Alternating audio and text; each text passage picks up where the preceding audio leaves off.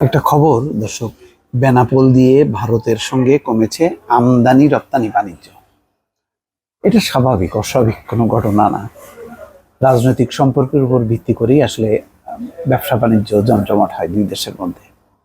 তো এখন 5ই আগস্ট যে রাজনৈতিক পট পরিবর্তন হলো, তার ফলে মানে ভারতের উৎসাহ কমে গেল বাংলাদেশের প্রতি, বাংলাদেশের উৎসাহ কমে গেছে ভারতের প্রতি।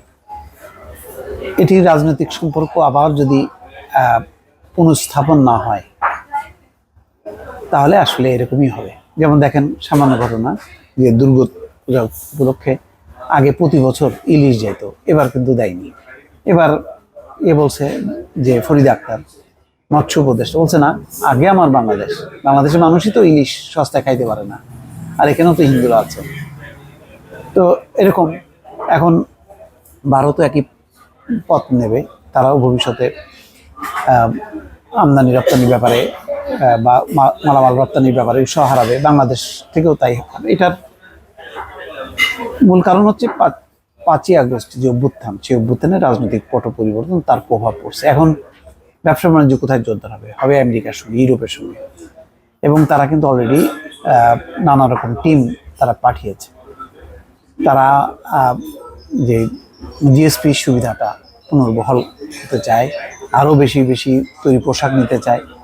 তো তাদের সাথে এখন জোরদার হবে। আরও বাড়বে কার সাথে? বাড়বে পাকিস্তানের সঙ্গে, বাড়বে চীনের সঙ্গে। কিন্তু ভারতের সাথে ওই নর্মাল গতিতে যা, এটা বাড়বে আর বাড়বে না।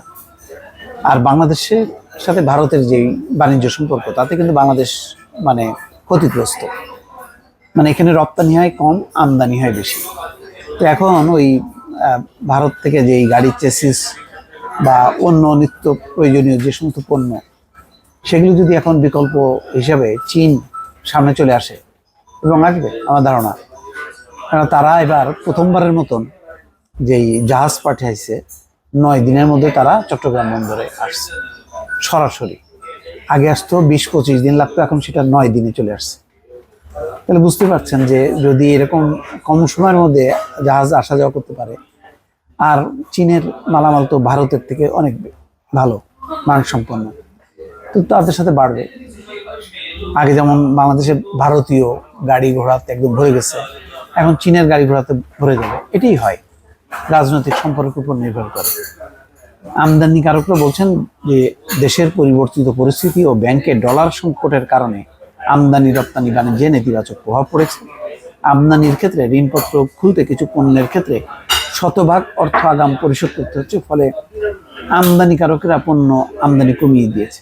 আর একটা জিনিস খেয়াল করবেন, এখানে আরো একটা তথ্য আছে যে গত 1.5 মাসে পণ্য আমদানি আগের বছরের একই সময়ের তুলনায় প্রায় 2 লাখ টন কমেছে। পণ্য রপ্তানির পরিমাণ কমেছে প্রায় 10,000 টন। গাড়ির চেসিস আমদানিও কমে গেছে। 24 ঘন্টা আমদানি রপ্তানি কার্যক্রম সচলের কথা থাকলেও সন্ধ্যা 6টার পর আমদানি রপ্তানি বাণিজ্য বন্ধ হয়ে যায়। বেনাপোল বন্দরে নাকি আর কোনো গতি নেই, সন্ধ্যার পর থেকে একদম বিরান ভূমি হয়ে যায়। খেয়াল করেন যে ভারত কিন্তু এর মধ্যে যেটা করছে, যে মোটামুটি একদম অবরুদ্ধ করছে, যে তারা ভিসা দিচ্ছে না, একেবারেই ভিসা দেওয়ার পরিমাণ একদম কমায় দিচ্ছে। এটা একদম আস্তে আস্তে শূন্যর দিকে নেমে যাচ্ছে। তো স্বাভাবিকভাবে এখন চিকিৎসার জন্য, ব্যবসা বাণিজ্যের জন্য নানান কারণে মানুষ যাইতো, কলকাতায় যেত। কলকাতায় তো হাহাকার। কলকাতার বাণিজ্য, তাদের শাড়ির মার্কেট, নিত্য প্রয়োজনীয় মার্কেট নির্ভরশীল ছিল বাংলাদেশের উপর। তো এখন যদি ভিসা তারা বন্ধ করে, তাহলে কলকাতার ব্যবসায়ীরা মাথায় হাত, অলরেডি তাই একদম খাকা করছে তাদের মার্কেটগুলো, দোকানপাটগুলো। তো এটা ভারতের ক্ষতি। ভারত যে এই সমস্ত করে বাংলাদেশকে খুব বেকায়দায় ফেলবে, সেটা মনে করার কোনো কারণ নেই। এটা ভারতেরও ক্ষতি। তো ভারত এখন চেষ্টা করছে এরকম একটা পরিস্থিতি তৈরি করে যাতে বাংলাদেশ সরি বলে আবার সেই আগের সম্পর্কে যায়।